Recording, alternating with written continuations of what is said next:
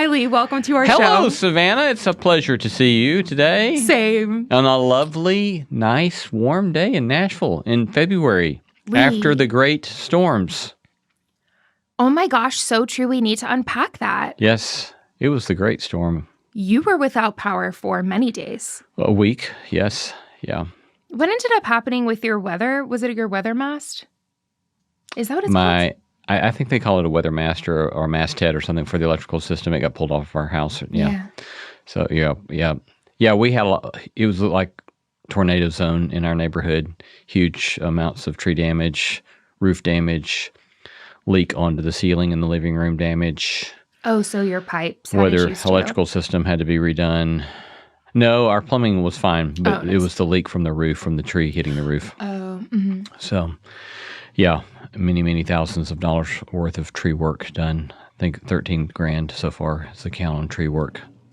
So, a lot of, we're very sad. I mean, 2 humongous trees in our yard had to get taken down that surely were 80 plus years old.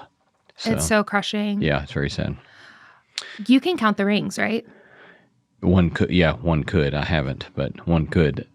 You're welcome. Come on over, Savannah. I went through, you know how I get hyperfixated? I've noticed that. I do. That you do I went through a sometimes. big tree phase. Well, this does not surprise me. And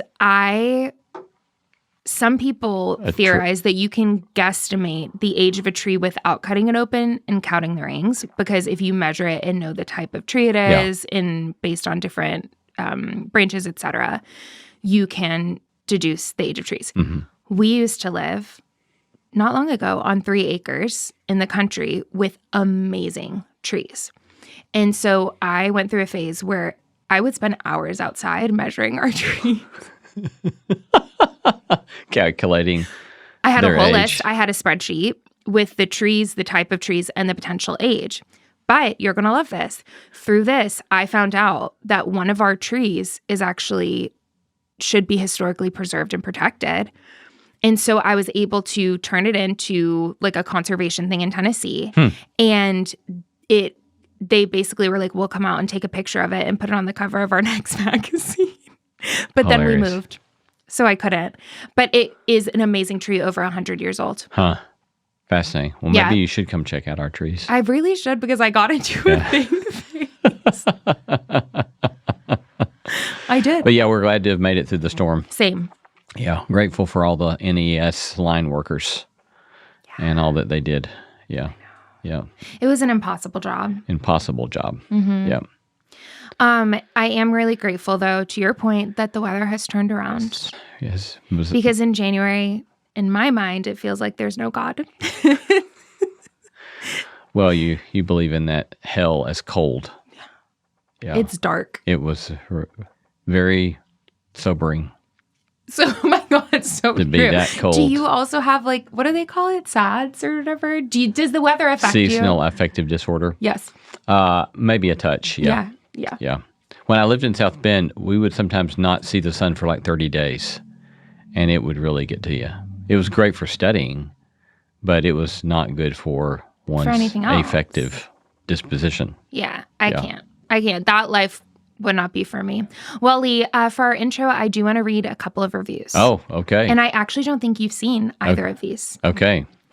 The first one was an email from a guy named David, and he is Australian, and he wrote in and commented with affirmation on our sports betting episode. Because in it, we talk about how the Australian government has basically said that gambling and sports betting has become an epidemic in their country. And he wrote in and was like, yes, this is a wild time. But I want to read the back half. Okay.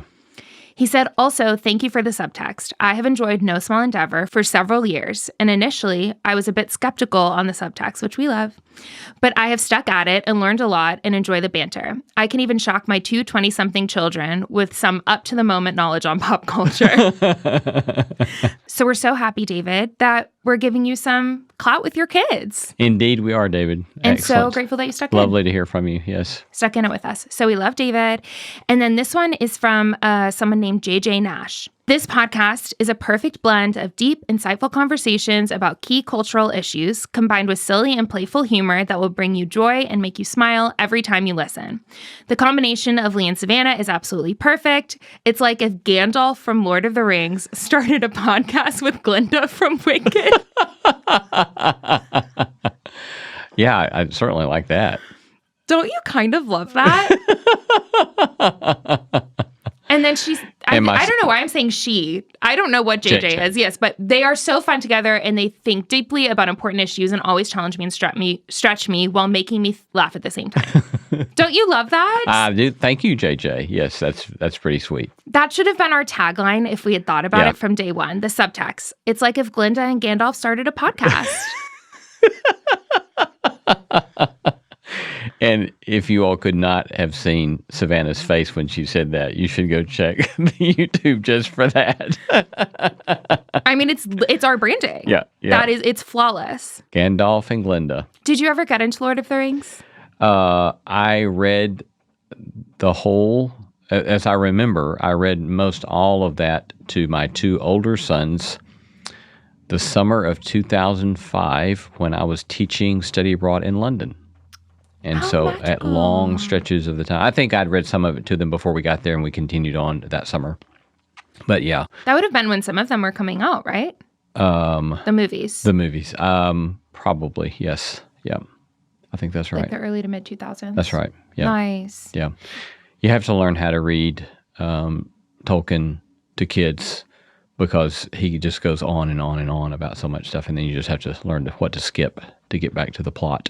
But yeah, that's a very... It's a labor-intensive read. It's a very fond memory of me reading that to my boys. And now you're Gandalf yourself. On that note, let's start the show.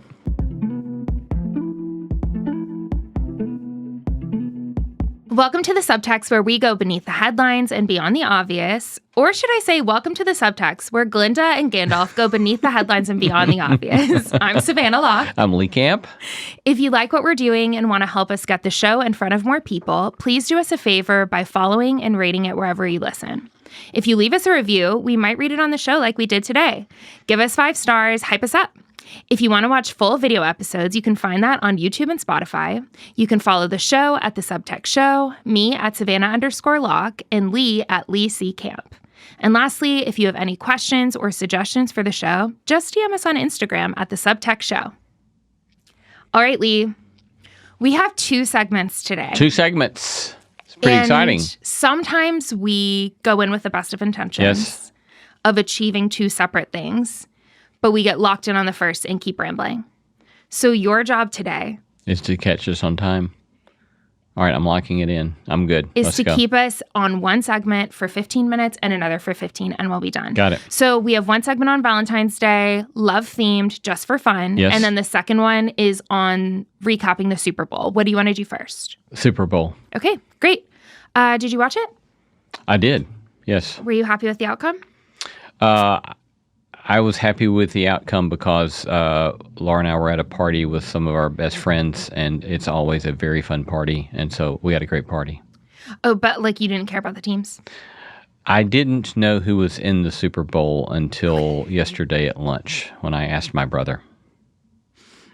Low investment. Yeah. Honestly, same. Yeah. I knew who was playing because since I was born in Boston, my family are big Patriots fans, and my dad and my brother flew to California to see the Super Bowl.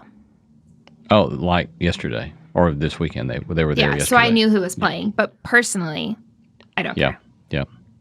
Yeah. So, yes, I was very pleased with the outcome. Let's talk about the music because I thought from start to finish it was iconic. It certainly seemed iconic. How did you feel about it? I'm not just talking halftime. I'm talking pregame. I'm talking Green Day, Coco Jones, Brandy Carlisle. Yeah.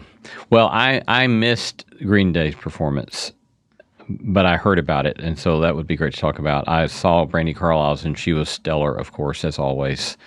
And then, of course, Bad Bunny was very interesting. Oh, I can't wait to hear what you thought. I can't wait. What was your take? You got to watch Green Day afterwards, correct? I had someone read me the lyrics of their song. Tell me your connection in general to Green Day. So I grew up with Green Day. Yeah. I've listened to them a little bit through the years, but I've never probably invested what I should in Green Day. Oh my God. Okay, so I love Green Day, have since I was in middle school because I was emo. And so You were what? Emo. Oh, got it. So that means emotional. Yeah, well, no. Emo was also a brand of kid. A brand in my of era. kid? Yes. So like to be emo was to be like the hair that was like kind of really intense side part, all dyed black. Uh-huh. Sometimes girls would wear like these vests and little ties, skinny jeans. Interesting. And that was all. I guess none of your kids were emo. No. Well, emo kids listened to Green Day, and that was Got me. And I was thrilled that they were the pregame opener. I was like, I don't know who the target demographic was for this, but they're hitting me, and I'm thrilled. Yes. So what lyrics were read to you that you were intrigued by? Well, it was like they were singing to today. American Idiot? Yeah. Yeah. Yeah, and that was, 22 years ago or so that song came out? 2004. Yeah. Yes. So, yeah, I just thought that was fascinating. Yeah, the piece about the media. Yeah. In case anyone does not know this song, this is what the lyrics are. And just envision me, all dyed black hair, intense side part, truly with a little tie on, jamming out to this song. Don't want to be an American idiot. Don't want a nation under the new media. And can you hear the sound of hysteria? The subliminal mind, I won't say the word, America. I had to listen to the edited version. I bet you did. But true, it feels very timely for today, too. It feels very timely. And bold for them to sing. And bold. And then Brandy Carlo. And I do wonder if like the network got editorial input on the songs that they were going to sing, or their contract just says, we'll show up and we'll sing the song that we want to sing. So curious. I know. Yeah, that would be fascinating to know. I would be interested as well. Yeah. And then Brandy was amazing. Coco was awesome. And then Charlie Puth sang the national anthem, which sounded great. He's a really, really talented musician. So then Bad Bunny is what everyone was talking about. Yeah. Talk me through what your experience was like watching it. Well, I mean, my experience was that I am not bilingual. And so, of course, I was wondering all along, what is he saying? And so I knew that I was missing a great deal. But obviously the staging, or well, I don't know what you call a stage on a football field, but the set perhaps was incredible and was fascinating. And it was like watching a movie scene being taped. I felt like that was just really impressive. So I felt ignorant and didn't really know what was going on, except to be impressed with the feat that was being performed in front of me. It was executed flawlessly. Yeah. Yeah. Did you have time later to go through and read some of the lyrics and try to understand some of the imagery? Yes. It seems like the Super Bowl halftime show, at least in recent memory, if not in a long time, has been often hypersexualized. And I think that certainly you see that in a lot of his music. And yet at the same time, along with that hypersexualization, that doesn't personally help me a lot. I thought that there was a sort of celebration, a larger celebration of his cultural, the cultural milieu to which he's bearing witness and celebrating, felt fun and delightful and enjoyable to watch and get to see and make sense of. And I also thought that what he did with God Bless America at the end was also quite helpful and very compelling. And I learned, for those who didn't watch it, I think the only English words he said were God Bless America. Mm-hmm. And then he starts at, the southern tip of South America and names all the countries up through South America, Central America, North America, all the way up to Canada. Yeah. And then comes back around to Puerto Rico, his homeland, and a U.S. territory. And so I think that, I was always, I was never it was never sufficiently brought to my attention of the narrowness with which people who hold a U.S. passport use the word America until I spent a semester teaching in Santiago, Chile. And they reminded me, hey, you don't own the word America. You don't own the name America. We're all Americans.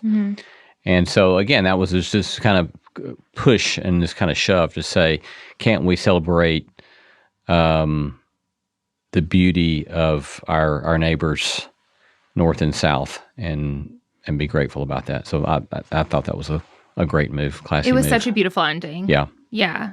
I agree. What did you think about it all? It was nice having all those countries named. Well, you know a little bit about this, but Puerto Rico has played a fairly large part in my whole childhood. My grandparents met in Puerto Rico. My mom spent years there when she was a child. She's fluent in Spanish. My uncle married a Puerto Rican woman. Her sister ended up becoming a part of our family. Their parents ended up becoming a part of our family. And so, like, even in my family culture, I'm not Aunt Savannah. I'm Titi, which is the slang in Puerto Rico for aunt. Titi. Yeah, Titi. And so actually Bad Bunny's first song was, I think, called Titi Me Pregunta or Me Pregunta or whatever. And it's like my auntie asked me these questions. Yeah. And so with Titi, like it's very much part of how I grew up. And I was in Puerto Rican weddings. Huh. So when I was watching it, I think it made me realize how all of my associations of Puerto Rico are so positive. Like, I was like, this is awesome. And it felt really fun and collective and communal and family-centered. And there was this one moment where an older man was twirling a young girl for the wedding celebration.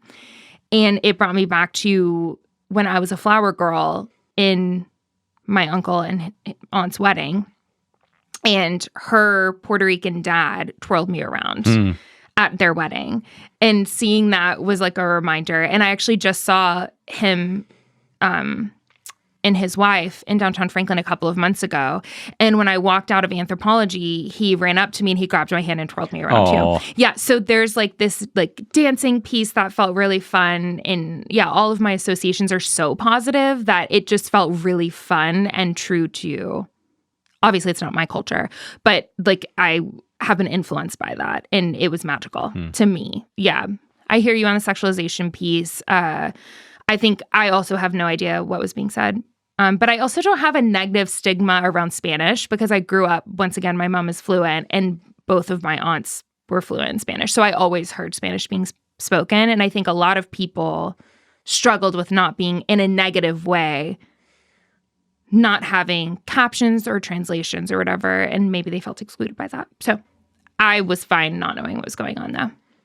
Well, yeah, I certainly hope that I didn't communicate that I wasn't okay with it being in Spanish. 1,000,000%. I did not hear that, but I was just saying that some people, when I was reading responses online, really struggled with the fact that it wasn't in English. Yeah. I mean, in my mind, well, first of all, I've spent enough time in contexts where I literally do not know the language. Yeah. That's been some of the most adventurous sometimes in my life. And I kind of like being in contexts where I don't really know exactly what's being said or going on because it gives you a new set of lenses to pay attention and perk up and engage, you know. And so I didn't feel negative feelings about it.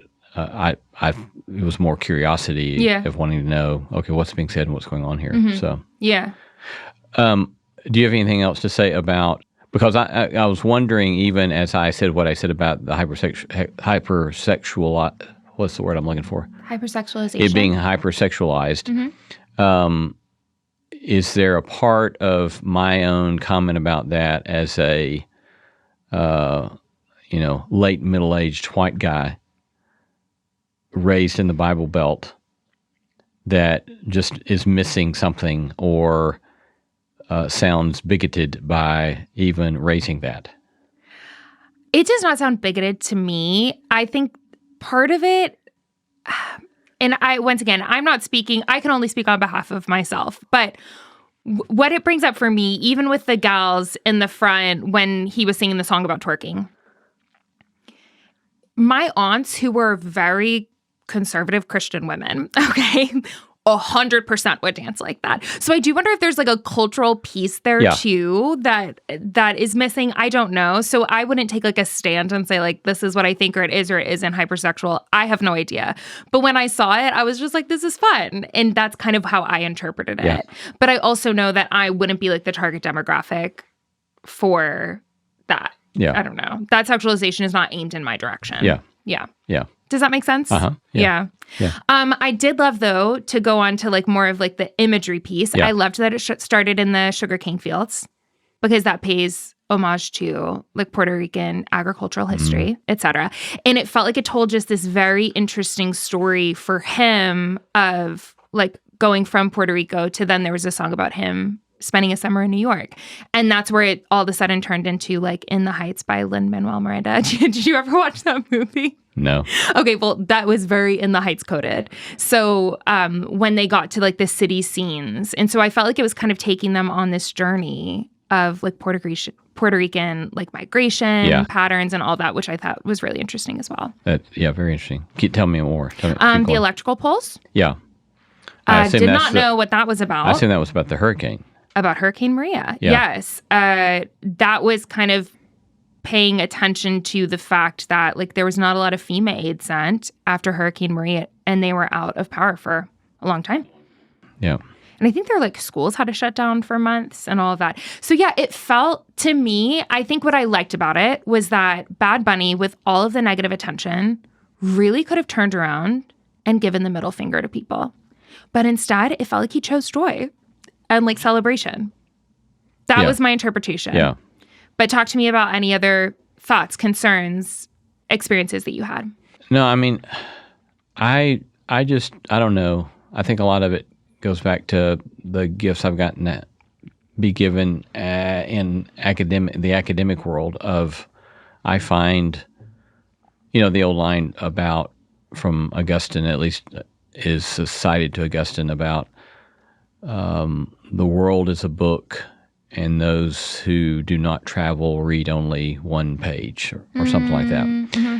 And that's the way I've thought about so much of various cultural encounters is that you just get, if you can just be open to a variety of cultural inputs, your life's just richer and it's more fun and it's more enjoyable. And it's like everything, right? Take what you can use and leave the rest. And lean into what's beautiful and good and true and lovely, and let the stuff alone that you can't take with you and don't abide, and move on, and let's play ball. Let's play ball. Yeah. So you're just basically, it sounds like you're saying like, this was a fun cultural expression. Yeah. Take the good. Yeah. And don't be stressed about the negative. Yeah. Great. Okay, I'll go with that. I think that's awesome. Okay, let's talk about the alternative, the Super Bowl halftime show, the All-American halftime show. Did you get to watch it, or am I the only one who did? I have not watched it. Okay, well, I wrote the whole set list out for you. Oh, good. Okay. On our brief. So the All-American halftime show was put on by Turning Point USA. It was pre-recorded in a studio in Atlanta. Oh, pre-recorded. Okay. And had maybe... my guess is around 150 people. Okay. And my other guess is also that it was not actually filmed all at the same time. It seemed a little pieced together. So I think that they probably brought in different performers and then just pieced it together with like transitions. It started with Jimi Hendrix electric guitar solo. Not him playing, but a person playing it like Jimmy did. Do you know what I'm talking about? The one at Woodstock? The famous one at Woodstock? Yes, that's how the whole show started. Of God Bless America? Or is it? Of the national anthem. Of the national anthem. Mm-hmm. Yes. One of the greatest guitar performances in the history of the United States. Yeah. Yeah. They started with that. Yeah.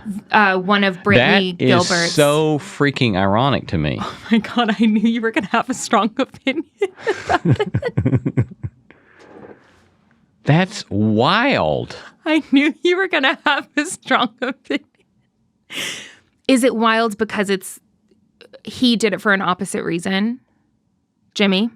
Well, certainly, I mean, we'll let the musicologists correct me, but my interpretation of that, of one, it being at Woodstock, yes, and being who he was, I always interpreted that masterful performance as lament.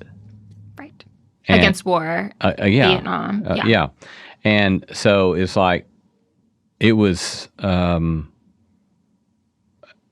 sort of implicit critique of the powers that be and celebration of empire and celebration of what these days we call MAGA. Mm-hmm.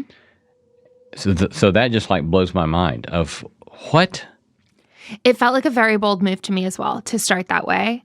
Yeah, but that's how they did it. So that's how they started. And then up on the stage comes a country artist called Brantley Gilbert. And the first thing he says is, "Welcome to the All-American Halftime Show. This is Real American." And then he plays his song, Real American. And so Brantley then has Real American, which talks about, I wish you could go through some of these lyrics because I think you'd find them to be very interesting, but I'm trying to keep us on track. Very fascinating view of what it means to be American.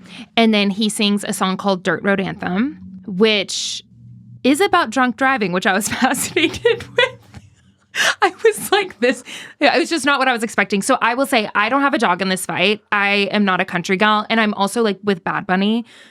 I heard of Bad Bunny 3 years ago for the first time, even though he's had a huge career for many years. So I am not a diehard in any musical direction in these things. So Brantley's Dirt Road Anthem being a drunk driving was fascinating. Okay, then a gal named Gabby Barrett comes on stage and sings 2 songs. Her voice was unbelievable. So I think she was on American Idol. Unbelievably good. So good. Yeah. She was definitely the best to me out of everyone vocally. And what's her name again? Gabby Barrett. Okay. And she sang 2 songs that were kind of like heartbreak songs. So this is one of my interesting comparisons of both of them, is that Bad Bunny was hype celebration the whole time. This All-American Halftime Show was not. So it was very mid-tempo and some heartbreak songs as well, which was interesting. So Gabby sings 2 songs. Then a guy named Lee Brice, who is another country artist, comes on stage. He sings this song called Drinking Class. Drinking class? Yes. As in I belong to the drinking class. Okay. Monday through Friday, man, we bust our backs. If you're one of us, raise your glass. I belong to the drinking class. There was a lot of drinking and alcohol references, which I think might be true of new country music in general. Right. And then here is what I want to get to. So Lee Brice then speaks. So up to this point, no one has spoken. And he says, Charlie, referring to Charlie Kirk, he gave people microphones so that they could say what's on their mind. This is what's on mine. And then he goes into a song that is going to come out soon called Country Nowadays. I'm just going to read you some of these lyrics. Have you read these yet? Mm-mm. Okay, I'm very interested to see what you see. I just want to catch my fish, drive my truck, drink my beer, and not wake up to all this stuff I don't want to hear. Like the same kind of gun I hunt with just killed another man. The only thing mine ever shot was a deer from my deer stand. I just want to cut my grass, feed my dogs, wear my boots, not turn the TV on, sit and watch the evening news, be told if I tell my own daughter that little boys ain't little girls, I'd be up the creek in hot water in this cancel your blank world. And then the chorus is, it ain't easy being country in this country nowadays. It was by far the most political part. So everything else to me, not political, including a Bad Bunny's. Like I felt like he did not really do anything political. And with this, it didn't feel political or politically charged or anything until this. Mm-hmm. Well, I mean, I think that we all would like to not have to listen to what's on the news, mm-hmm, mm-hmm, you know? Mm-hmm. And, you know, I was raised country and Southern, mm-hmm. and I've shot guns mm-hmm. and learned how to hunt and wore cowboy boots and talked Southern. And you do talk Southern. And they tell me that I still do. And, you know, love the Alabama hills and the red dirt and country music, and I like drinking beer as well. Mm-hmm. And so, yeah, that, you know, that it's that sort of, in some ways, I would dare to even say, what's this gentleman's name? Lee Brice. Lee Brice. I would dare even say that there are part of the lyrics there that he depicts that's something like Isaiah 65. In let somebody work hard and enjoy the fruits of their labor, and let every old man sit under his own vine, his own fig tree, in the house that he built, and somebody else not come in and take over his house. And yet, there's a sort of naivete to that, in my perspective, in that if that's all it were about, then fine. But there's a sort of everybody's not getting left alone to live their life. And there's a lot of people that are being rooted out of their work that they've done with their lives and are being dispossessed. And in the name of, best we can tell, in the name of law and order and in the name of Southern values or whatever the case may be. And so I guess I would say, generally speaking, that strikes me as, it makes me sad, because it's like there's a sort of elements of what he said. There's something that's true about it, that's what a lot of us want, right? But it does not strike me as honest because of how much it leaves unsaid and doesn't take account of power. And that's what so often happens, is that we can talk about freedom in such a way where you don't talk about power and the people that are getting stomped on by power. And that's another thing I learned in the South. And that is to care about people who are getting stomped on by power. And that's one of the things that we, at its best, Southern conservatism was about, you don't want overweening, overbearing, bureaucratic power breathing down your neck and pushing you around and being a bully. And I'm still that kind of conservative, right?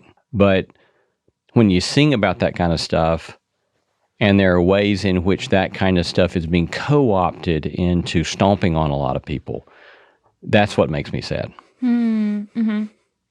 That's a beautiful analysis. What do you do with it? I think that your analysis is much more beautiful than mine.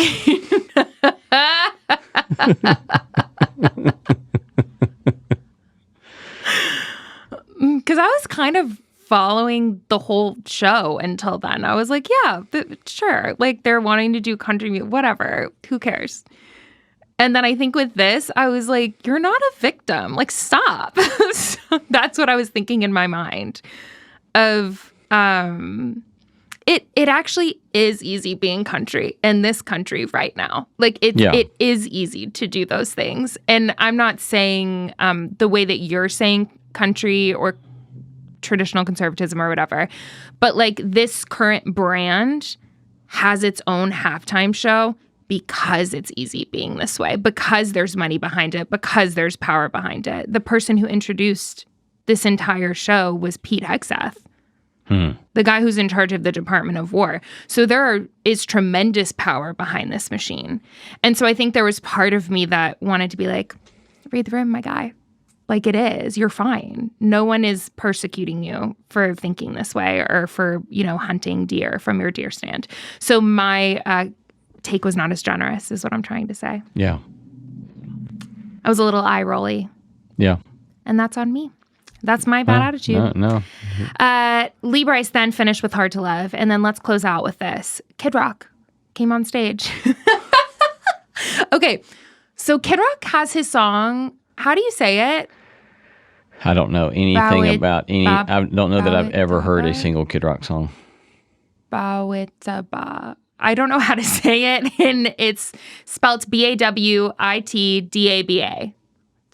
Bawitdaba. It is gibberish. So, and it's intended to be gibberish, and all of the lyrics are gibberish until you get to the verse. So the chorus is... Can we back up just a second? So this is going to show yet again my complete pop culture illiteracy. What genre of music is Kid Rock?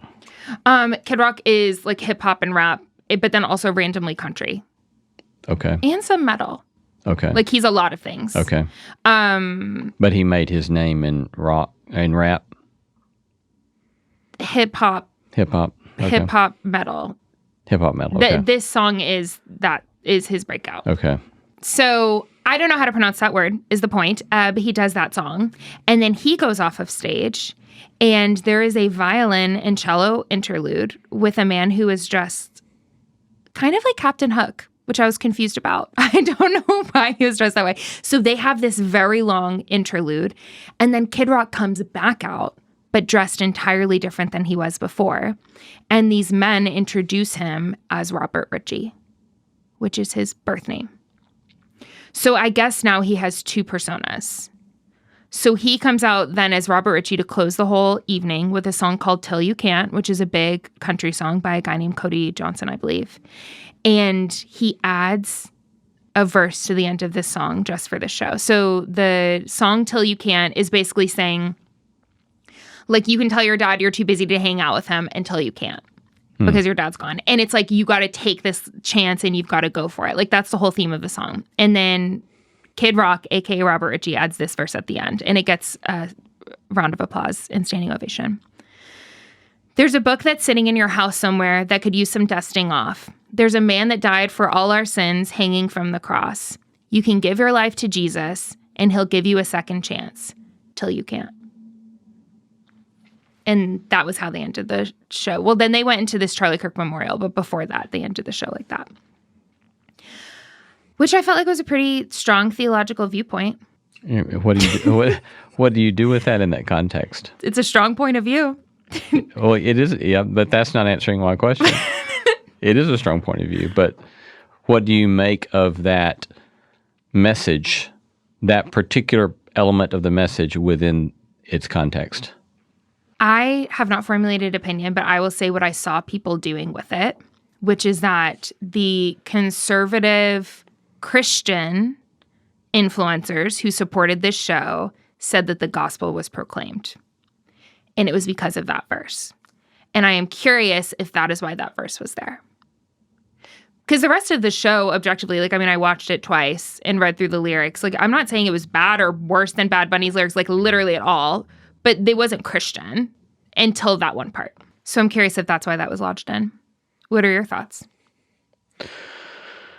Well, I mean, I didn't know that we were going to talk about this. So you're definitely getting my fresh take, which I'm a little nervous about. I mean, I think that one could say that is let me try this. I think that... Don't be scared. No, just jump in. No, I'm not scared. I'm just trying to be truthful. Mm-hmm. I think that it's interesting that if one thinks of that as a proclamation of the gospel, within that context, one could say that it does seem to me that that is the way that a lot of American evangelicalism has defined the gospel. Is just that little bit of the biblical narrative being thrown in as one verse in a country song. Yeah. In all of that context. And also within the larger context of this being depicted as a sort of critique of, as I read the cultural moment, right, it was about America, and it was about we don't want Spanish speakers doing our halftime show. Mm-hmm, mm-hmm. And so if the larger context is about Make America Great Again, and the larger context is about we're pissed off about having to listen to a Spanish speaker do his song in the middle of the Super Bowl, mm-hmm.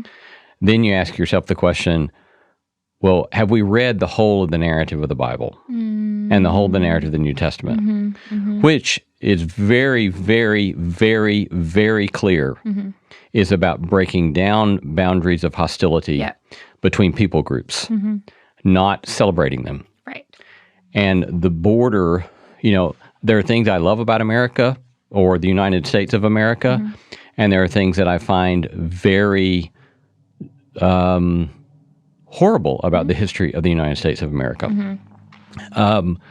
But the boundary that makes the United States of America is a historical accident. And it's a historical accident that happened in large part because of a lot of imperialism.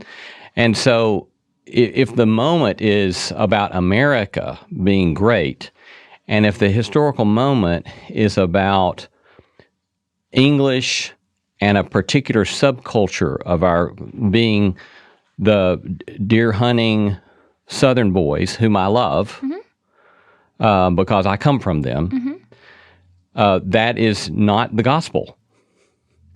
Yeah. That is one cultural, very small cultural claim about the gospel, and it's not the gospel. I think that's what I think about it. I think what I've been struggling with is in the last 24 hours, seeing different conservative Christians praising this halftime show by saying that the gospel was proclaimed, comparing it to Bad Bunny's, which a lot of these conservative influencers have been calling it degenerate, what Bad Bunny did. I don't know why that is the word currently that they're using, but that was the word. I think that I have been trying to take a step back, first of all, and name my own biases, which are so real. And then second of all, articulate what you just articulated really well, which is that if that is the gospel, it's narrow. It's a narrow view of the gospel. And I'm not saying that it isn't true on some level, but it's not the whole truth. And I think when I was watching Bad Bunny's performance, which isn't intended to be Christian, it's not intended to be a commentary on faith or whatever, but I was kind of moved at the end with all of the flags coming out. And it did bring to mind like every tribe and every tongue and every nation, and how it did kind of paint these different visions or imaginations for greatness and belonging. And I'm not trying to do tit for tat because they weren't even intended to be the same things. But what you're saying is helping me clarify the tension that I was feeling, which is that when I was watching Bad Bunny's view, I'm like, I'm kind of hoping that the end game of Christianity is more along the lines of that.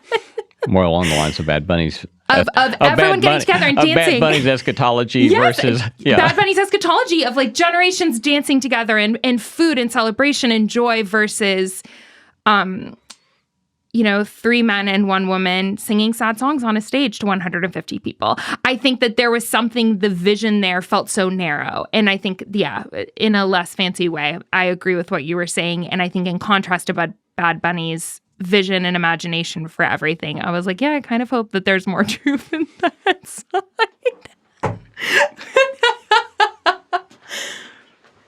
What is your thoughts on that? My thoughts are, I am fascinated with this, and I just think this is really interesting.